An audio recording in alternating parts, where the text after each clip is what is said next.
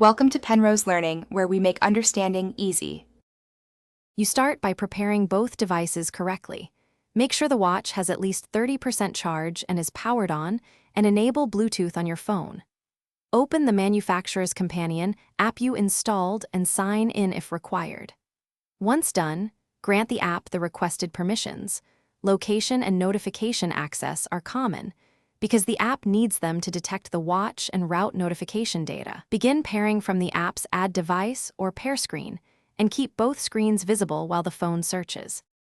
When the phone finds the watch, tap its name in the app and confirm the pairing code displayed on both devices. This verifies you're connecting to the correct device. Make sure you accept any additional permission prompts, including background activity or battery exemption, so the watch can stay connected reliably.